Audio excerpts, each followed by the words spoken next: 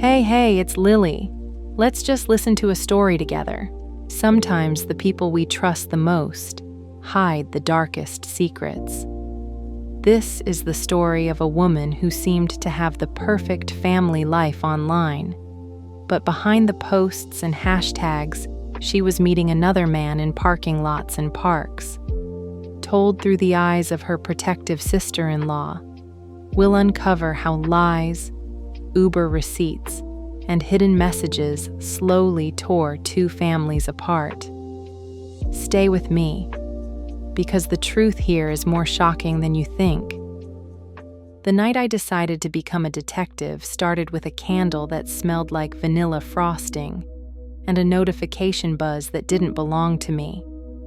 I was wiping fingerprints off my brother's stainless steel fridge, because that's the kind of sister I am. Bossy, helpful, allergic to smudges. And Clara was in the living room, posting another family goals quote under a picture of her and my niece, Mia. I could hear the tap, tap, tap of her acrylics. Then her phone vibrated on the charging stand with the impatience of a second heart. I didn't mean to look. I mean, who plans to snoop while reorganizing a fruit bowl? But the lock screen lit up, and there it was. Your trip is complete. Thanks for riding with Uber. And my stomach tightened like it recognized a trick. Clara had told Aaron she was working late at the marketing firm. Some client crisis that needed her magic touch. Fine. But the timestamp on the receipt said 5:42 p.m., and she was supposedly at the office until 8. It's the way little lies line up that bothers me. Last week, she'd run into an old college friend and insisted she didn't need a ride home. The week before, she'd taken up evening Pilates, which translated to tank tops that smelled like perfume instead of sweat when she got back. Not that I sniffed her god. But when someone walks past with a trail of gardenia and a smile that won't settle on their face, you notice. I'm not neutral in this story. I'm Aaron's older sister by 18 months and a lifetime of protective reflex. When our dad left, I was the one who taught Aaron how to tie a tie. I'm the one who kept him from getting a tattoo of a wolf his sophomore year. I was the first to hold Mia at the hospital, wrinkled, furious, gorgeous, and I promised her, silly and sincere, that Auntie Liv would always keep her safe. Clara knows this about me. She used to jokingly call me the security system, patting my arm when I'd show up with soup during flu season or take Mia for haircuts so they could breathe. She also knows I've never fully relaxed around her. She's one of those people who can turn her head and change the lighting in a room. Big eyes, soft voice, curated sincerity. On Instagram, she is pure warmth and gratitude. So blessed to do life with my best friend, she wrote last month under a video of Aaron flipping pancakes. There was a light leak filter and a song with finger snaps. And yet, I've seen the way she looks through him when he's talking about budgets and leaky gutters. I'll be back after bedtime, she'd said that afternoon, slipping on earrings that clinked like tiny wind chimes. If Mia asks, tell her mommy's saving the world from terrible fonts. Is the world paying overtime? I asked. I meant it as a joke. She grinned and kissed the top of Mia's head, then didn't kiss my brother. I don't keep score, except I do. So when that Uber notification buzzed at 5:42, I felt it like a cold draft under the door. I wiped my hands on a dish towel and told myself to chill. People take rides for a million reasons. But if there's one thing you learn growing up with a mother who ran a hair salon out of our kitchen, it's how to read subtext, tight smiles, practiced stories, the way people tuck hair behind their ear when they're lying. I picked up Clara's phone just to move it, Liv, and the screen opened with Face ID. catching me off guard. I didn't go rifling, I swear. But the notification center was right there. 2 Uber receipts from the past week, both at odd times. One pickup was our street. The drop-off said, Brookwood Plaza, a strip mall with a nail place, a discount shoe store, and a sparse parking lot where the lights hum after dark. My brain did that split-screen thing. On one side, Mia in a dinosaur onesie, painting with water on the sidewalk, asking when Mommy would be home. On the other, Clara in that green wrap dress, stepping out of a rideshare at dusk, a bag clutched to her ribcage like a secret. I put the phone back exactly where it had been, like it might explode if I angled it wrong. Aaron came in from the yard shaking grass clippings off his shoes, cheeks pink, hair damp at his temples. "We're going to need a new mower," he said. "This one sounds like it swallowed a fork." He looked tired. Dad, tired. The kind of tired that wears a groove into your posture. But when Mia sprinted in with a plastic tiara crooked on her head, he straightened like someone pulled a string. "Princess power!" he yelled, lifting her up until she shrieked in thrilled terror. He has always been like this, full of goofy abundance. He doesn't do half love. We ate spaghetti. Mia talked about show and tell, and how her class hamster, Lemon, had opinions. Aaron told me the water bill was weirdly high, and asked if I had any plumbers I trusted. He asked without asking. Was everything normal with Clara? Had I noticed anything? We did this dance, him in socks, me in my boots, sliding past the thing neither of us dared say. I smiled and asked if he'd watched the new episode of that Home Reno show, the one where every couple fights about islands versus peninsulas. He laughed and said, "Team Island." And then his face did the thing where a cloud slides over. At 7:50, Clara texted the family thread. "On my way. Love you guys." Hearts, sparkles, a picture of a laptop and a latte. I stared at it like an X-ray. I wanted to type, "You're not at a cafe. You're at the Brookwood Plaza parking lot, aren't you?" But I didn't have that proof. I had hints and a gut that wouldn't shut up. Instead, I sent a thumbs up. Then I made up my mind. "I'm going to run out real quick," I told Aaron, stacking plates, my voice casual. I promised Nina I'd drop something at her place. "Now?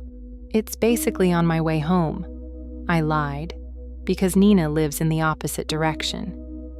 "You good for bath time?" He nodded, already half in the motion of clearing Mia's plate. Dad autopilot engaged.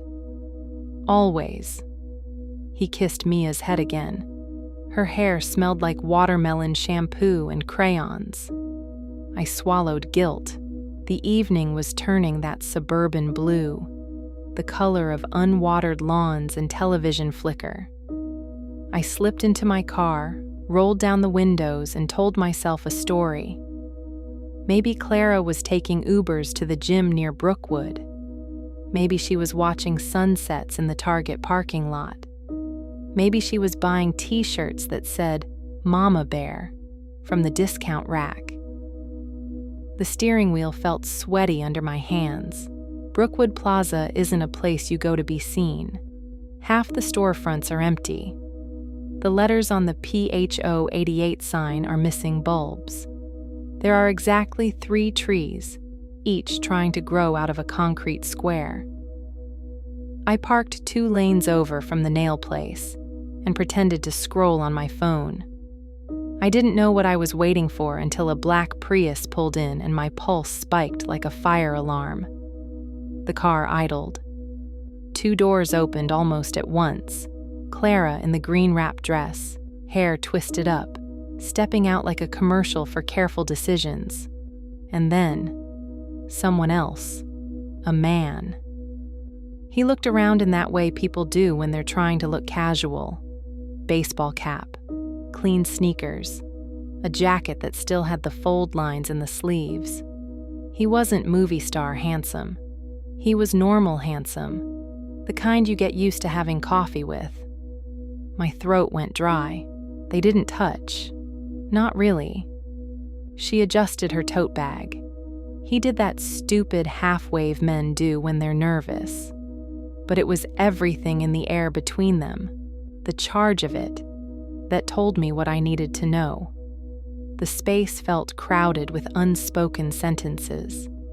They stood too close for strangers and too far for friends. I took a picture, hands shaking, then took another because I didn't trust my fear. In the photo, the nail place's neon sign makes their skin look a little sick. There are carts from the discount store, abandoned at diagonal angles. There is my car's side mirror cutting into the frame like a guilty conscience. The man said something and Clara laughed, head tipped back. The laugh was light and young, the kind that gets you into trouble. I wanted to fling my door open and walk over and ask for directions to the moral high ground. Instead, I sank down in my seat and watched them move toward the far side of the lot where the security cameras were probably out. Smart. Or practiced. I'm not an idiot. People cheat in airports and office stairwells and their own heads every single day. But it's different when it's the house where you taught your niece to ride a bike wobbling down a sidewalk, and your brother's scuffed gold wedding ring sitting in the soap dish because he takes it off to do dishes so it doesn't slip. It's different when the liar is someone who texts you recipes and asks about your mom's blood pressure. The man reached for Clara's elbow, a touch so light it could be explained away later. She didn't pull back.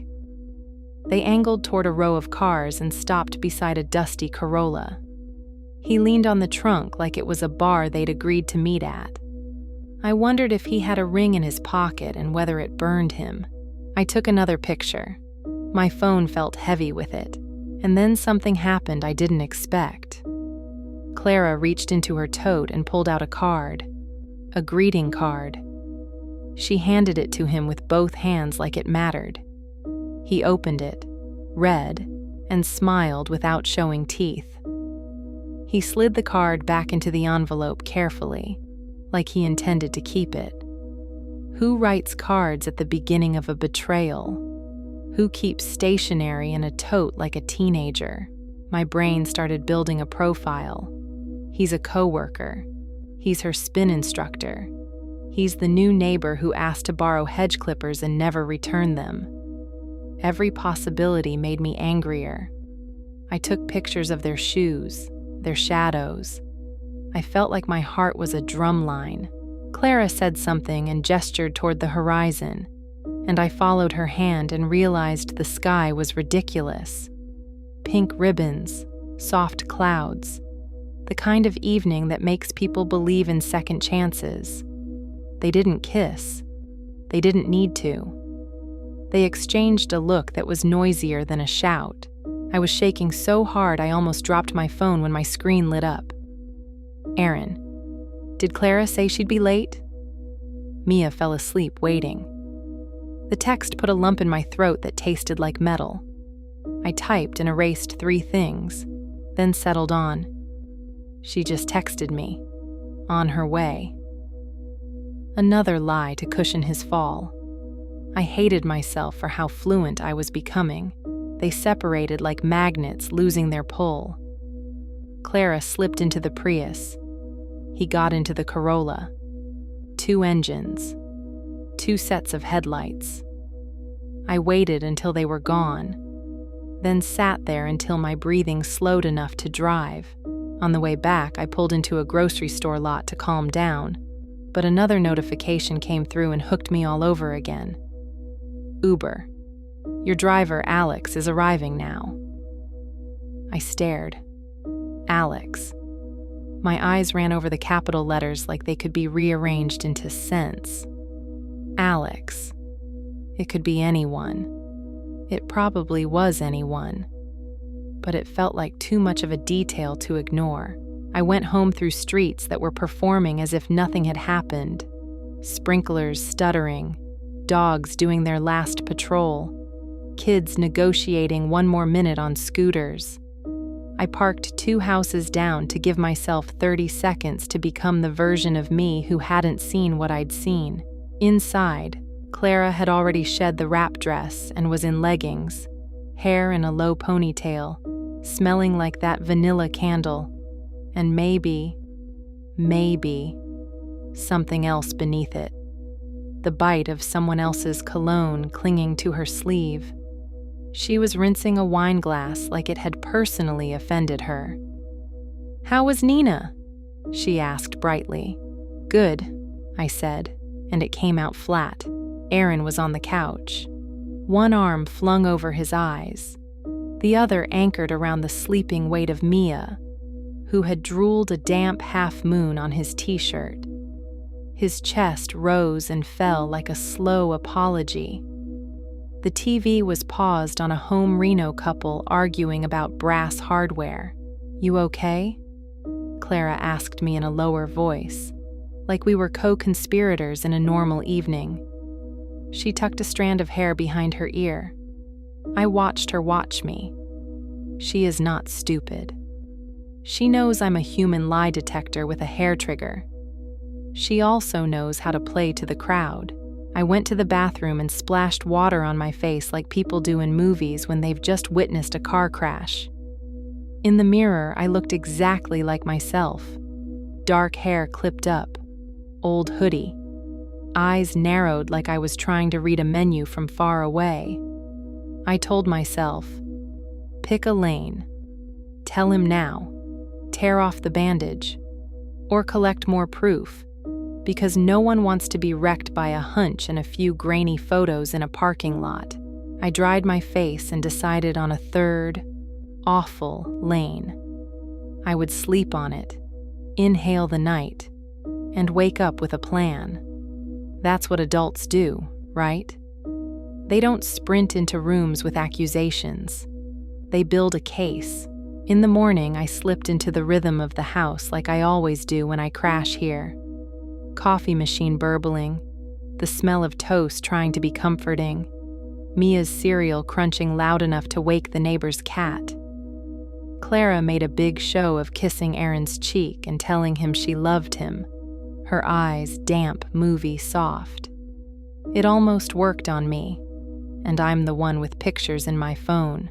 After drop-off at the kindergarten, tiny backpacks, shoe-tying drama, cubbies that smell like washable markers, Clara posted a story, a boomerang of the school mural with the caption, "Grateful for community #family goals."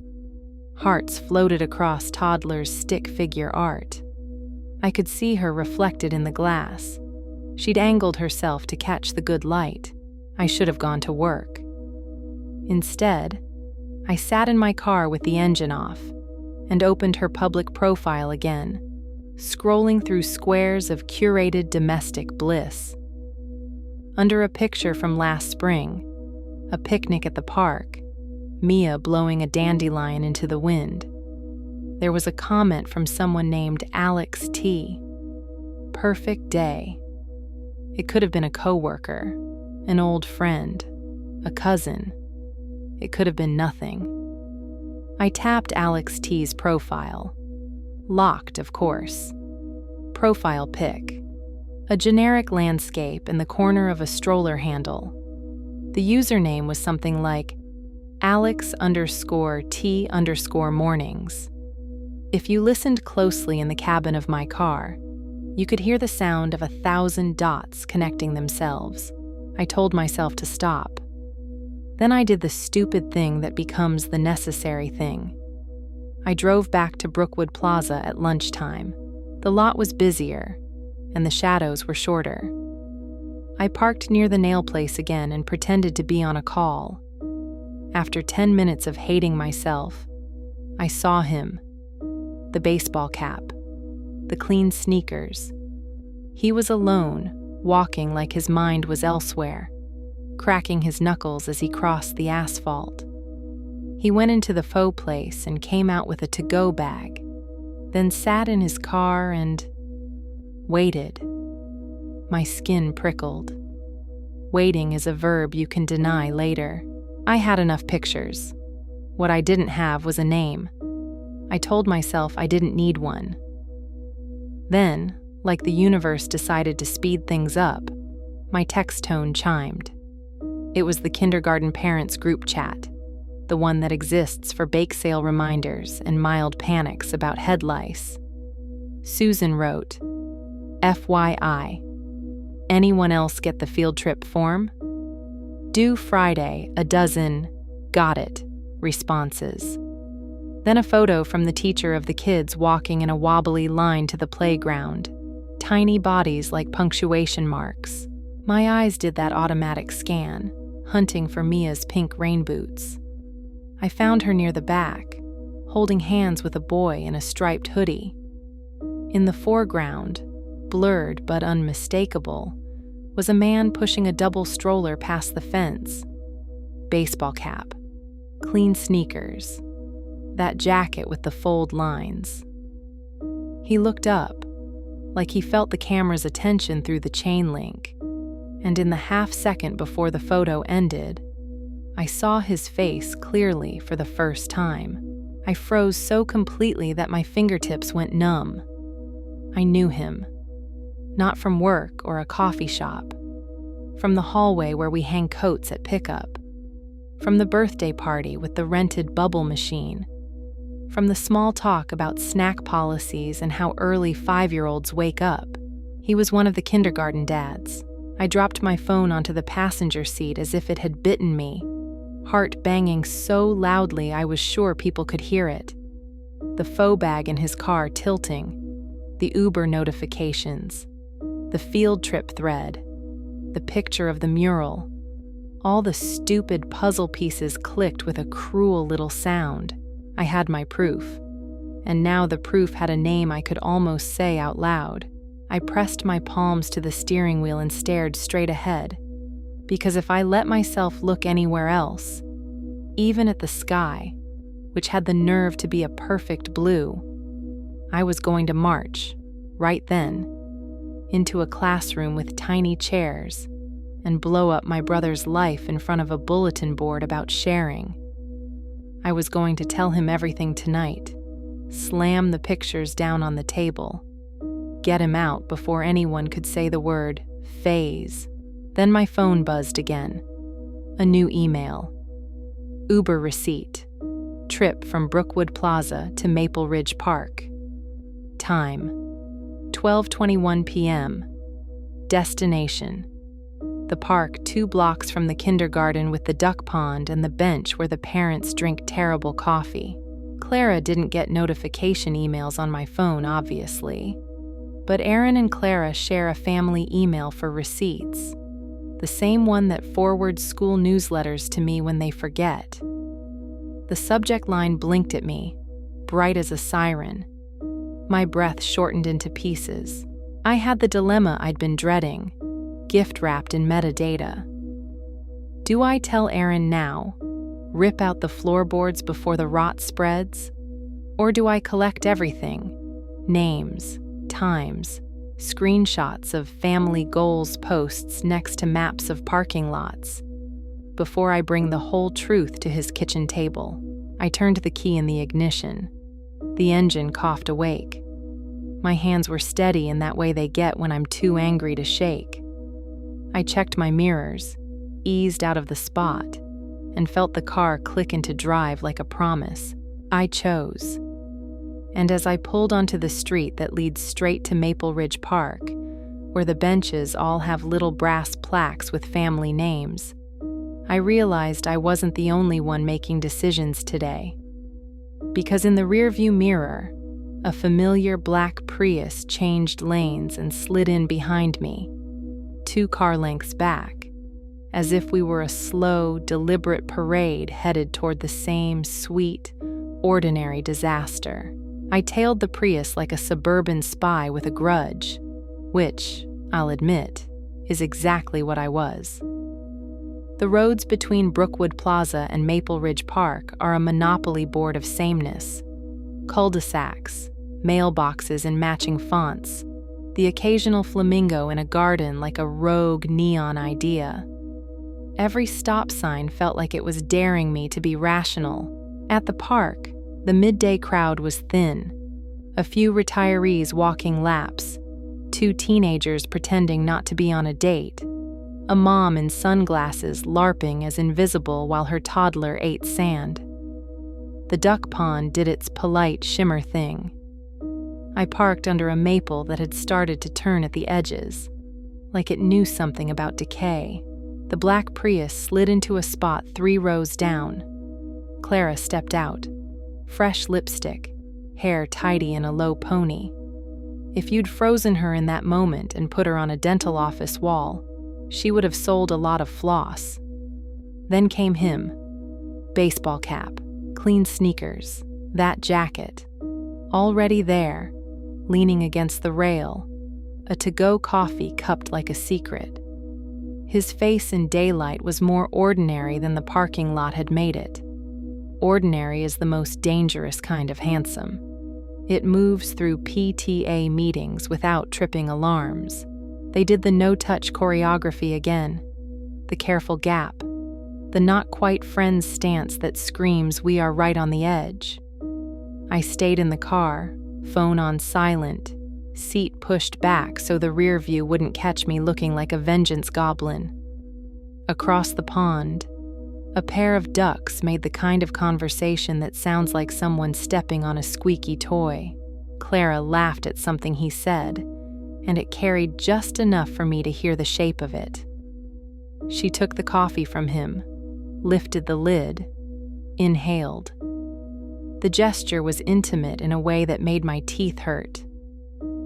I opened the family email on my phone like a reflex. The Uber receipt sat there with its neat little route map, a smug line from Brookwood to here.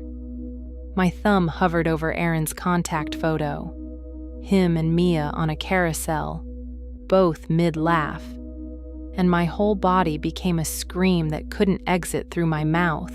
"Tell him now," it said. But the other voice, the legal counsel in my head, cleared its throat. "Not yet. Make it airtight. Your brother deserves a story without holes." I flicked to the kindergarten parents group chat. Someone had posted a reminder about Friday's muffins with grown-ups. I typed and erased a reply twice. Then I clicked on the members list and scrolled until I found it. Alex T. I tapped through to the profile tied to the group. There it was in the description. Dad to 2, Max, 5, and Lizzie, 2. Coffee-fueled, Lego architect and email address. A last name that matched half a dozen monogrammed backpacks at drop-off. It felt obscene to hold a stranger's ordinary in my palm. I backed out, guilt leaving fingerprints all over my brain, and looked up just in time to catch the moment I'd been dreading. Clara and Alex took a step closer, like a decision had been handed down. Her hand lifted, not to touch him, I could tell even then, but to hover near his forearm like a moth circling a porch light. He didn't move away. They stood like that for a full breath, the world telescoped to the radius of their shared air. A bike bell chimed. The spell broke. Clara jerked her hand back, cheeks flushing. Alex stuffed his free hand into his jacket pocket and nodded toward the playground. I followed the angle of his nod and, God, there was his son, Max, the boy with the striped hoodie from the photo, now climbing the low wall near the slides. Watched by a nanny I recognized only in the way one recognizes another adult in the trench of keeping small humans alive. Fury roared in me, a tide that wanted to knock the bench over. They'd chosen a place with children, with their children, with strollers and duck bread and moms scheduling dentist appointments on speakerphone. It was audacity dressed up as normalcy, It was worse than a hotel room. Clara's phone lit up in her hand mid-conversation. She glanced at it, thumb flying. For an instant, the screen caught the light just right, and I saw the name Aaron above the typing bubble. She looked guilty, then practiced, then tucked the phone away. The choreography of deceit. Act 2. I needed something unarguable. Texts are slippery. People will spin poetry around a lie. Photos can be mislabeled. But patterns, the pattern is the truth skeleton. I opened my notes app and started a log because I am my mother's daughter, and she kept receipts for 40 years in a shoebox labeled with masking tape. Monday, 5:42 p.m. Uber notification to Brookwood Plaza. Monday, 7:50. Family thread. On my way.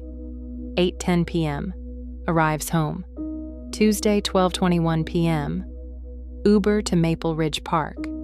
Alex T. Scene. Sun present. While I typed, a shadow fell across my windshield. A knuckle tapped the glass. I snapped my head up, heart slamming. It was Susan, from the parents' group chat, peering into my car like I was a raccoon she wasn't sure about. She held a paper cup of tea and a tote bag that said, "Be kind, but also take no crap." We'd talked at last year's Halloween carnival while Mia painted a bat on her hand. She had that look of permanent capability some people wear like a cloak. "Liv," she said through the glass. Surprise and recognition and a question all braided together. I cracked the window an inch. "Hey, you okay?" She angled her tea toward the bench area. "You look like you're about to do a crime." I almost laughed. It came out as a weird exhalesque cough. "Just having one of those days. You and me both." She sipped and glanced toward the rail. Her eyes tracked Clara and Alex without lingering, then flicked back to me. "Susan is a person who reads rooms and then writes better rooms." "You know him?" she asked casually, and it wasn't idle gossip. It was neighbor tone, concern wrapped in protocol. "I know her," I said, and Susan's mouth made a small, not the scandal kind, the O of someone filing information in a useful place. She leaned in a fraction. "Listen, I don't do drama. My hobby is spreadsheets. But I notice things, and I keep the receipts." She lifted her tote like proof. "You want me to pretend I didn't see you? Or you want a witness?" The word witness dropped in my lap like a clean bill. I didn't know I'd been waiting for it. "A witness," I said, voice steadying with the shape of a plan. "But quiet. Quiet is my spiritual practice," she said dryly. Then, softer. "You okay?" "No," I said. The truth tasted like metal again. "But I will be." We both watched as Clara and Alex started walking the path around the pond, the slow loop of people who want time to stretch. They kept a parent-sized distance between them, the kind of space that could be argued later as decency, but their strides synchronized like a metronome. Clara tilted her face up to him and said something that made his shoulders drop. Relief is a tell. Susan, without looking at me, said, "You know he's married, right?"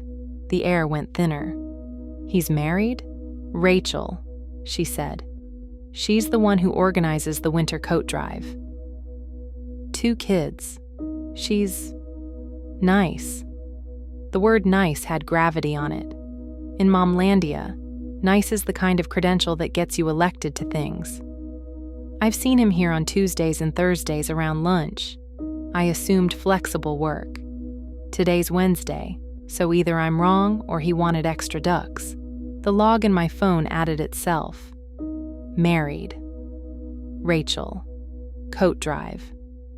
I felt like I'd swallowed ice. My anger had been primarily protective. a wall around Aaron. But now it needed an annex for a woman named Rachel who collected winterwear for kids she didn't know. "Do you know them well?"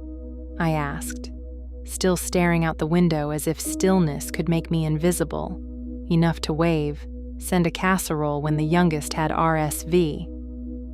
Susan shifted her tea to her other hand. "Do you need me to, I don't know, take a picture if they do anything that would be hard to explain to a church committee?" I didn't want this to become paparazzi.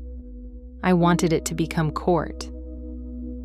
"If they touch in a way that would make a child ask a question," I said carefully. "Yes," Susan nodded, like she'd been waiting for the right metric.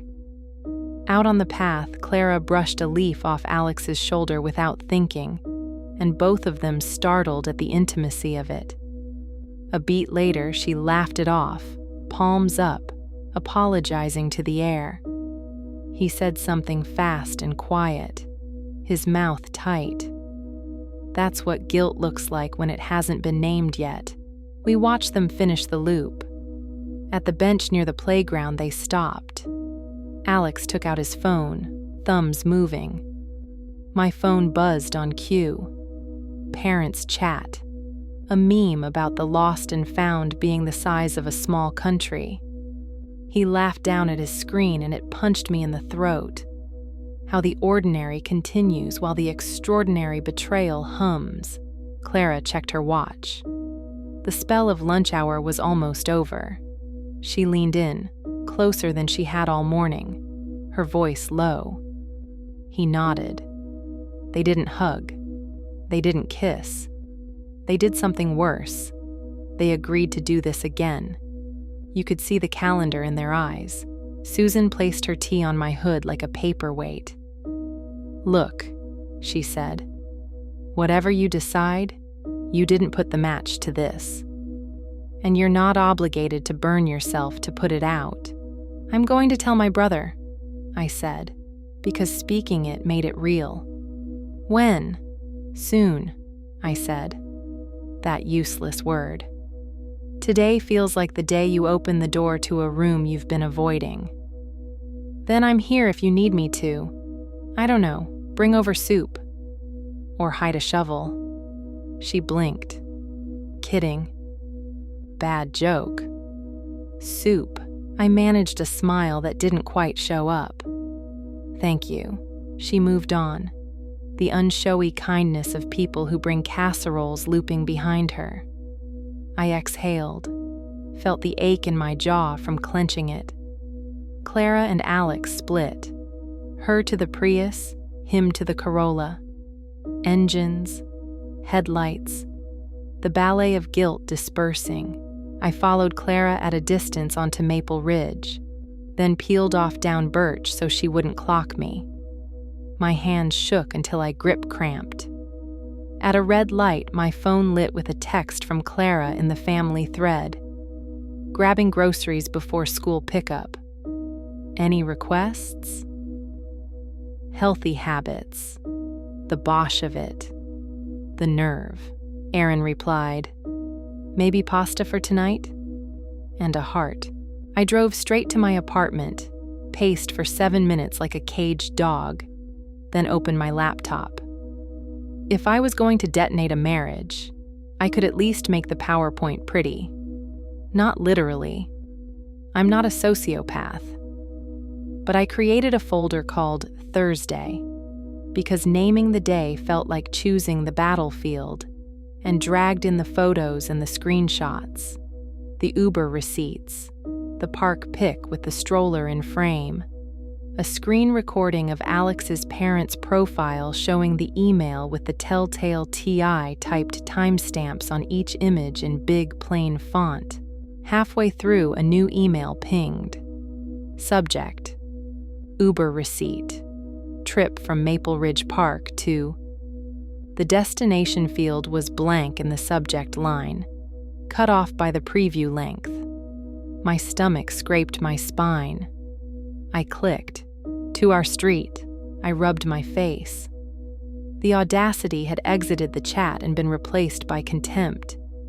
She was going to swing by for groceries on the way to her own house like nothing had happened. Like a pond walk with a man whose wife collected coats was a hydration break.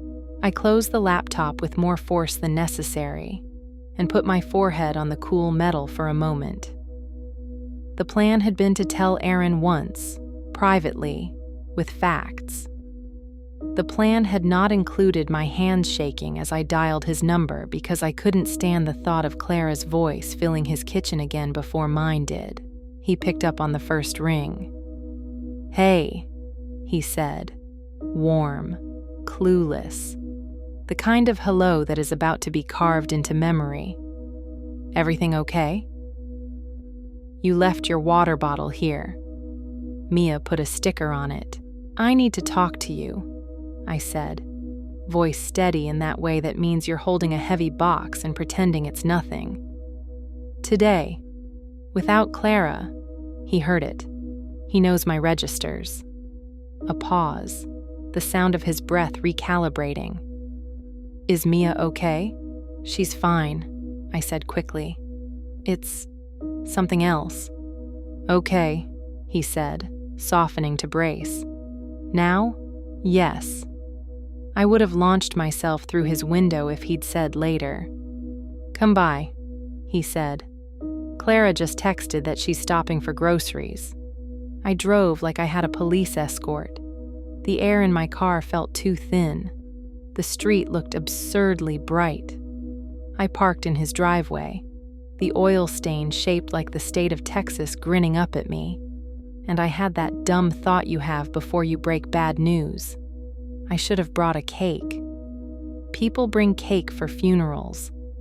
No one makes a casserole for the funeral of a marriage while both people are still technically alive. Aaron opened the door before I knocked. He looked tired and kind. Two things I wanted to protect so badly my ribs hurt.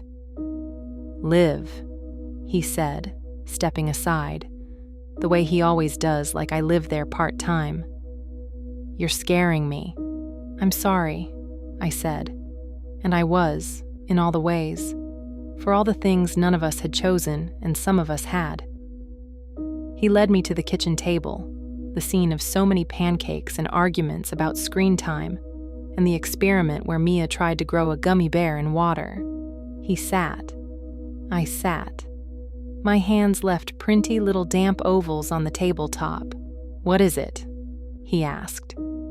He put his palms flat, the way he does when he wants to receive information like a stable surface. "Clara," I said, and his eyelids fluttered like a tiny bird had flown too close. "I need you to listen all the way through." My voice was a wire, pulled taut. I opened my laptop. He stared at the first screenshot, the Uber receipt with the Brookwood Plaza drop-off, and squinted, confused. "Okay," he said slowly. "What am I looking at?" "Timestamps," I said. "Monday night. When she said she was at work, maybe she took a ride to, I don't know, the client?" He sounded like a man throwing buckets at a wildfire. I clicked to the next image. The parking lot. The neon nail sign. Clara in the green wrap dress. The man half turned away. Aaron's mouth went a little slack. His eyes did the math. He leaned in, 2 fingers on the trackpad like he could click away from the universe. "Who is that?" he whispered, as if naming it quietly might lower the ceiling less. "His name is Alex," I said, because I had promised myself I would not half tell him.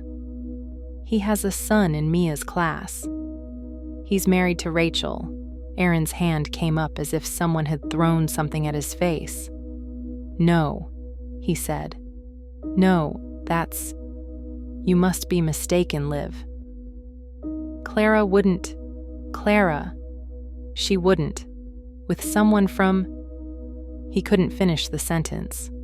The word kindergarten caught in his throat like a bone. I clicked to the park photo. Lunch hour, coffee, the rail. The stroller in the corner like an accusation. the Uber receipt to Maple Ridge. He stared so hard his eyes went glassy. "Today," I said. "Lunchtime. I didn't want to tell you without proof. I wanted you to have all of it. To know I wasn't." I gestured at my own worst trait. Jumping. He swallowed and swallowed. His face did the thing where you can see a man counting the years he was not a fool. "How long?" "I think it just started," I said, honesty like a blade. "Sneaky meetings. Parking lots. That's the stage. That's also why we can still, I don't know, arrest it? Or not. I don't know the verb." He stood up abruptly, pushed his chair back so hard it squeaked. He walked to the sink and braced both hands on the counter, head down. The vanilla candle from last night sat half-burned by the window, the smell now like a joke nobody wanted. "Okay," he said finally, and I heard in it the creak of an old house in a storm. "Okay. Thank you for telling me." He turned around and his face had changed. Not into rage, into something more terrifying. A clear surface with deep water under it. "Where is she?" "Groceries," I said. The word tasted like static, as if summoned by a demon we'd accidentally texted. The front door opened. Bags bumped the threshold. Clara's voice, bright and crisp, floated down the hall. "I got the good pasta. And those little yogurts Mia likes. Also, babe." They had those candles on sale. Aaron and I looked at each other. He nodded once, a unit of decision. He was going to do it here, in the kitchen with the sippy cups in the dishwasher, and the home Reno show paused mid-demo. It was not what I would have chosen, but when fate walks in with 2 paper sacks, you don't ask it to sit in the garage while you compose a speech. Clara stepped into the kitchen, full of light, cheeks pink from afternoon air, grocery bag handles reddening her fingers. She stopped when she saw my laptop, saw Aaron's face, saw mine. "Hey," she said, confusion fluttering across her features like a startled bird. "What's—" Aaron, voice calm, said, "Where were you at lunch today?" Her mouth opened, closed. She put the bags on the table. An orange rolled and hit my elbow like punctuation. "At work," she said. And when she saw the lie hang there like a crooked shelf, she added, "Mostly." I went to the park to breathe.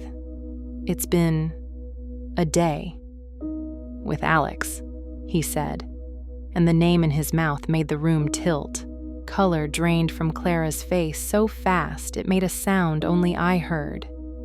She looked at me like I'd loaded the gun and handed it to him, which I had, and then at the laptop, which still displayed the noon-bright betrayal.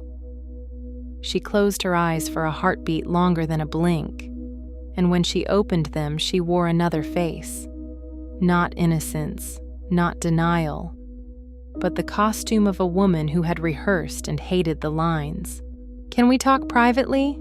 she said to Aaron, glancing at me like I was yard waste. "No," Aaron said, with a gentleness that carved me open. "We're not doing secret rooms anymore." Clara's jaw set. "It was a walk," she said. "A conversation. Aaron, I've been feeling unseen. I told you this. I asked you for a walk with a kindergarten dad." His voice didn't rise, which made it land harder. "For rideshare receipts to the parking lot where the nail sign is busted? For me to be stupid?" She flinched at stupid like he'd slapped her. "Don't." "Did you touch him?" I heard myself ask, as if I had jurisdiction over her hands. Clara's eyes cut to me, hatred like a sparkler, and then, against my expectation, she told the truth, or at least a version of it that made the corners of her mouth tremble. No, she said. Not like that. We talked. We laughed. Her voice broke on we. I felt like someone saw me. The me I was before Mia. Before bills and clogged gutters and being tired down to my bones. He sent a message when I posted about the mural. We remembered stupid college things. It felt easy. I wanted easy. Silence held, thick and living. And the Uber receipts? Aaron asked. The Brookwood Plaza. The evenings. The texts from cafes with the latte posts. Clara's fingers twisted the handle of a bag until it creaked. We met in a parking lot to decide what not to do. She looked at me, and we didn't. Do it. The word hung there, both relief and indictment. I swear, Aaron, I haven't crossed that line. It's not just one line, he said, exhausted truth. There are 100 lines and you hop them like a game. Tears clawed up her face. I tried to tell you I needed... She stopped, reset, reached for his hand like muscle memory. He didn't give it. Does Rachel know? I asked, because someone had to pull the other wife into the air. Clara blinked. Rachel? His wife, I said. The coat drive woman. The nice one. Clara swallowed. No, she said softly. He said he would tell her if this became... She stopped again, the word unforgivable tangling her mouth. It's not what you think. It is, I said, and my voice was steel. You wanted romance. You went looking for it and you found a married man in a parking lot. You can wrap that in scented candles, but the smell doesn't change. Clara turned to Aaron, tears burning through mascara, 2 black commas under each eye. I felt unappreciated, she said, the sentence small as a toy. I wanted to feel chosen. Aaron sat down because you can't hold the weight of that standing up. I chose you, he said, almost to himself. Every day, in the way I know how. Maybe it wasn't pretty enough for Instagram. He looked at the counter, at the sink, at the half-burned candle. So what now? Clara wiped her cheeks with the heel of her palm. Couples therapy, she said, automatic, like a person reciting the emergency exits. We can fix. A knock at the front door cut her off. All 3 of us froze. The kind of stillness that happens when fate wears a doorbell. Aaron stood, slow, like a man carrying fragile glass. He glanced at me. I nodded. No idea what I was nodding at. He walked down the hall. I heard the latch, the inhale of a threshold. Then I heard his voice do something I had never heard it do. It emptied. Hi, he said, and the syllable sounded like a coin dropped down a well. I looked at Clara. She looked at me. Neither of us breathed. Aaron stepped back into the kitchen with someone behind him. The woman was my age, maybe younger by the mercy of good sleep, her hair in a clean braid, a tote bag slung across her body with a handout peeking out that read, "Coat Drive, thank you." She had the kind of face PTA presidents have. Pleasant but sharper than you'd guess. Her eyes moved from Aaron to Clara to me to the laptop and did the math in half a second. She stayed standing, spine straight as a hanger. Hi, she said again, this time to us, and there was a tremor in it like a violin string after a bow. I'm Rachel. We need to talk. Rachel's voice didn't rise above conversational, but it carved through the kitchen like a box cutter. Clara flinched. Aaron froze mid-breath. I stood because sitting felt like pretending this wasn't happening, and nothing about this was pretend. Rachel's braid swung as she set her tote down on the table, right next to the orange that had rolled there earlier. The contrast was almost obscene. Fresh fruit, rotten truth. "I'm sorry for barging in," she said, "but I didn't want to text or call. This is not a voicemail kind of thing." Erin looked at me like I had orchestrated this, like maybe I had invited her, but I shook my head. I was as surprised as anyone. Rachel reached into her tote and pulled out a single sheet of paper, an Uber receipt, folded in thirds. She laid it on the table like an indictment. "He isn't careful," she said quietly. "I saw the email. And then I saw him, yesterday, in the plaza lot, with her." Her eyes cut to Clara, sharp and deliberate. Clara's lips parted. "Rachel, Don't." Rachel held up a hand. "Please don't." "I spent last night rehearsing what I'd say. I promised myself I wouldn't let you rewrite it before I finished." Clara's mascara had streaked, but she still tried to arrange her face into something soft. "It wasn't," Rachel laughed once, a sound brittle as eggshell. "Not what it looked like?" "Because what it looked like was my husband meeting you in the one parking lot in this town where the lights barely work. What it looked like was two people who wanted to be anywhere but home." Erin sat back down heavily, hands on his thighs like anchors. His eyes never left the table. Rachel looked at him now, her face changing, softer but not weak.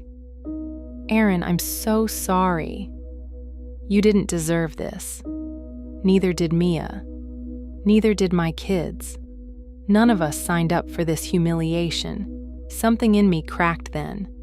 Her composure, her braid, her tote with flyers for a coat drive while her marriage frayed under her hands. I wanted to hug her, but it wasn't my place. My role here was prosecutor, witness, protector, not comforter. Clara wiped at her eyes, her voice splintering. "It wasn't an affair. Not in the way you think. You never touched." Rachel cut in, her voice steady now, teacher calm. "I believe you. But do you know how cruel it is that you'd make us hope that's enough? That our consolation prize is technical fidelity?" Erin exhaled through his nose like it hurt. Clara reached for him again. He didn't move. Rachel straightened, tugging her braid over her shoulder. "I didn't come here to scream. I came to tell the truth before it gets any uglier. Alex admitted enough this morning. He said he felt seen by you, that you made him feel lighter." Her mouth tightened. "Which is rich considering how heavy this is for everyone else." The room felt small, too full of breath and grief. Clara whispered, "I'm sorry." Rachel shook her head slowly. Sorry as wallpaper on a burned wall. The clock on the stove ticked loudly. Outside, a car door slammed. A dog barked. Life had the audacity to keep going. Erin finally lifted his head. His eyes were bloodshot, wet, but clear. "I need space," he said, his voice calm the way ice is calm before it cracks. "Clara, take a bag. Go to your sister's. Tonight." Clara's face crumpled. "Erin, please." "Now." His voice didn't rise. It didn't need to. It had the finality of a gavel. She stood slowly, her movements jagged, like a marionette with tangled strings. She reached for the groceries she'd brought in, then stopped. Her hand trembled. She left them there, pasta, yogurt, candles, and walked out without another word. The door closed with a softness that hurt worse than a slam. For a long minute, none of us spoke. The only sound was Mia's faint snore from the living room where she napped under a blanket, mercifully unaware. Rachel sat finally, shoulders dropping. She looked at Aaron. "What are you going to do?" Aaron rubbed his face. "I don't know. I can't think past tonight." She nodded. "That's fair." Then, surprising both of us, she added, "If you need me to testify, or whatever word we use, I will. You deserve the whole picture." Aaron looked at me then, the tiniest flicker of gratitude that I hadn't been alone in this, that someone else had seen. Rachel gathered her tote and stood. "I have to pick up Max and Lizzie, but I thought you should know you're not crazy, or alone." When she left, the silence stayed like residue. Aaron leaned back, staring at the ceiling. 6 years, he whispered, and it unravels in a parking lot. I wanted to tell him it wasn't his fault, that sometimes good men love women who want a different kind of stage, that sometimes family goals is a costume that hides a hunger. But I knew better than to flood him with truths before he asked, so I just said, "I'm here," and I was. He closed his eyes, the weight of the day pulling them down. "I don't know if I want to fix it," he admitted. "I don't know if I can." That's when his phone buzzed on the table. Clara's name. He didn't touch it. It buzzed again, then went still. We sat there in the kitchen with the groceries she'd left behind, the pasta and the yogurt. Proof that she still thought about their daughter's favorite things even while slipping into someone else's orbit. The contradictions lay there in plastic bags, just as heavy as any evidence folder. Aaron opened his eyes finally and looked at me. "Stay tonight?" "Of course," I said, because tomorrow would come with more questions. About therapy, about custody, about whether forgiveness had an address. But tonight was just about surviving the weight of the truth. I thought that was the end of the day's shocks. But just after midnight, as I sat on the couch listening to Aaron's uneven breathing from the next room, my phone buzzed. A new message request on Instagram. From a handle I didn't recognize at first. At Alex_T_mornings. The message preview on my lock screen read, "Can we talk? Please. It's not what you think." I stared at the glowing screen, the name at Alex_T_mornings like a flare in the dark. My first instinct was to throw the phone across the room, but Aaron was asleep on the other side of the wall and I couldn't risk waking him. So instead, I sat perfectly still, thumb hovering, pulse loud in my ears. I didn't open it right away. I let the message sit there, pulsing like an infected wound. "Can we talk? Please. It's not what you think." That line, "not what you think," was the same script Clara had tried, the same script cheaters everywhere rehearsed in their mirrors. But the fact that he reached out to me instead of his wife, that was new. That was dangerous. I waited until the anger sharpened into clarity, then tapped the message. "Alex T. I know you've seen us. I saw you at the park. Please don't blow up both families. It hasn't gone that far, I swear." He'd seen me. My stomach clenched. How long had I thought I was invisible in my car, behind the tinted glass? He'd clocked me anyway. That meant Clara probably knew too. I typed 3 words. "Leave my brother," then deleted them. Too raw. Too soon. Instead, I wrote, "You need to tell Rachel the truth." I already did. The typing bubble appeared instantly, frantic, then stopped, then started again. "Alex T. She knows enough. Please, Liv, you don't understand. I was drowning. Clara was light. But I love my wife. I love my kids. I'm ending it.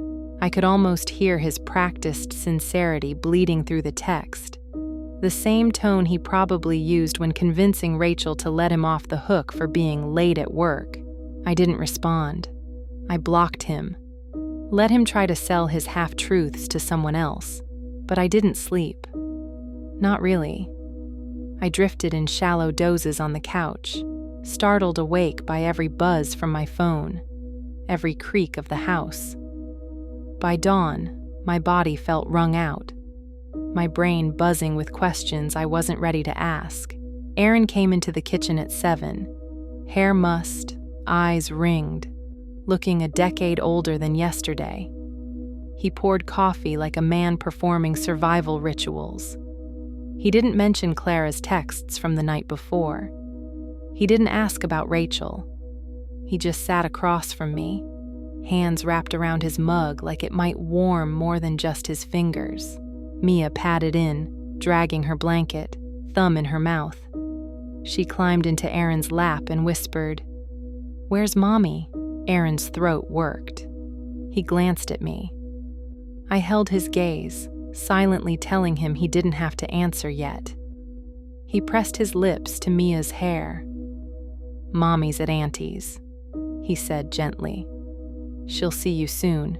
It wasn't a lie, not exactly. But it was the first step into the new language of half-truths they'd both have to learn. That afternoon, Clara came back to pick up clothes. She didn't come inside. She texted from the driveway and Aaron went out to meet her. I watched from the window like a guard dog, heart pounding. Their conversation was muted, clipped, punctuated by long silences. At one point, Clara reached for his arm, and he stepped back. She covered her face with her hands. Then she loaded a suitcase into her trunk and drove away. When Aaron came back in, his jaw was clenched so tight I thought it might crack. He didn't say a word. By Friday morning, whispers had already started in the kindergarten parents group. Someone had seen Clara's car parked at her sister's house overnight. Someone else noticed Alex walking Max to school alone. In small towns, silence is louder than gossip. I picked up Mia from school that day because Aaron couldn't face the other parents yet. As I waited outside the classroom, I felt the stares like static. Susan approached me, eyes soft. "You holding up?" she asked quietly. I nodded, trying. She hesitated, then said, "Word is, Alex pulled Max out of the class this morning, transferring him to the other kindergarten across town. Guess he thought new walls would fix it. Coward." That's all I could think. That evening, Rachel came by again, this time without kids, without tote bags. She sat at our kitchen table like she belonged there, and maybe she did. Two betrayed families orbiting the same crater. "I told him it's over," she said flatly. "Papers are coming. I won't raise my kids in a house built on lies." Aaron nodded, a muscle twitching in his jaw. He hadn't spoken much since Tuesday, but the few words he managed always landed heavy. "I don't know if I'm there yet," he admitted. "I keep looking at Mia and thinking, maybe she deserves us trying." Rachel's eyes softened, not judgmental, just tired. "Maybe. But trying only works if both people want the same thing." Silence again. It had become the default soundtrack of our days. Later that night, long after Rachel had gone and Mia was asleep, Aaron and I sat on the porch. The September air had a bite to it, leaves just starting to crunch under tires. Aaron stared at the streetlight, his voice barely above a whisper. "I keep replaying it," he said. "Every moment I didn't notice. Every night she came home smelling like vanilla and I thought it meant peace, but it meant she was covering something up. I can't stop thinking, was I blind, or did I just not want to see?" I swallowed hard. "You weren't blind. You were trusting. He shook his head. Same thing, maybe. We sat in silence for a while, listening to the crickets. Then he said, almost to himself, I don't know if I'll ever forgive her, but I know I'll never forget who showed me the truth. My chest ached. I reached over and squeezed his hand. Inside, my phone buzzed again. I ignored it. I didn't need to look. I already knew who it would be. Clara, begging for another chance. Or Alex, trying to rewrite the narrative one last time. But the choice wasn't theirs anymore. It was Aaron's. And tomorrow he would start writing his own story again. And that's how one secret meeting unraveled two families and left everyone facing choices they never imagined. Trust, betrayal, and the hope for healing. This story reminds us how fragile love can be when honesty is lost. Thank you for staying with me through this emotional journey. This was Lily. Thank you for listening, and I'll see you tomorrow. Bye-bye.